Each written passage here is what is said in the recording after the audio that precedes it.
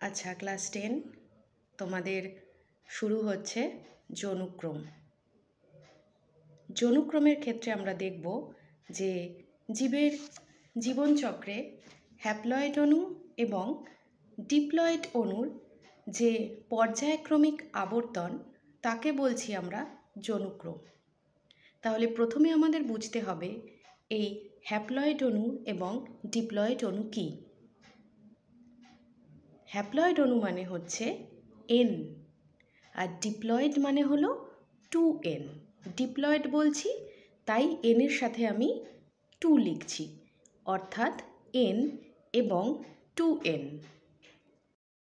যৌনক্রমের প্রকারভেদ।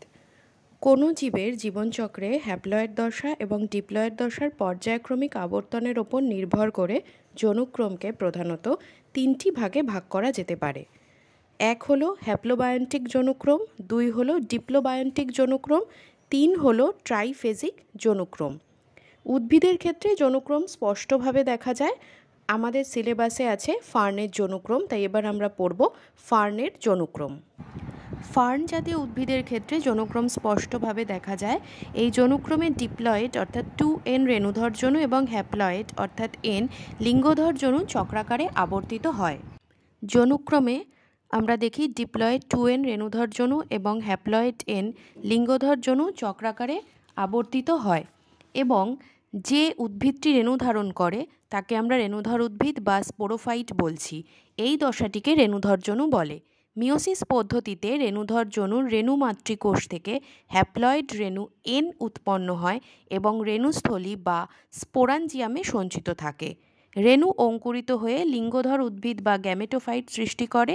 এই দশাটিকে লিঙ্গধর যৌন বলে। দেখো ছবিতে, লিঙ্গধর উদ্ভিদের অ্যান্থেরিডিয়ামে উৎপন্ন শুক্রাণু যা কিনা n অর্থাৎ হ্যাপ্লয়েড, আর্কিগোনিয়ামে উৎপন্ন ডিম্বাণুকে এক্ষেত্রেও n হ্যাপ্লয়েড নিষিক্ত করছে এবং জাইগোট 2n যাকে আমরা ডিপ্লয়েড বলবো সেটা সৃষ্টি হলো।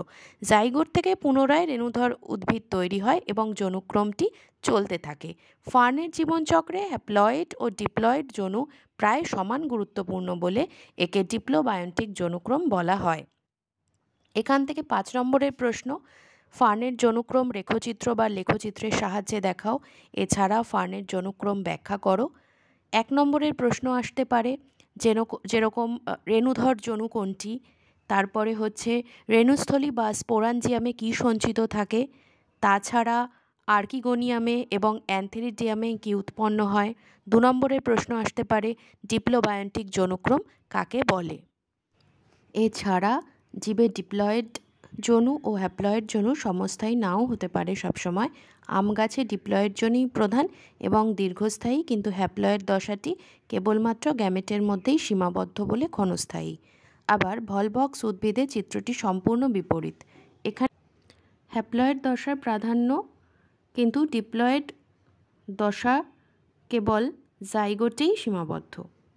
উভয় ক্ষেত্রেই ক্রোমোজোমের নিরিখে যৌনক্রম থাকলেও প্রকৃত অঙ্গসংস্থানিক যৌনক্রম দেখা যায় কিছু উদ্ভিদে, যেখানে হ্যাপ্লয়েড যৌন ও ডিপ্লয়েড যৌন দুটি দীর্ঘস্থায়ী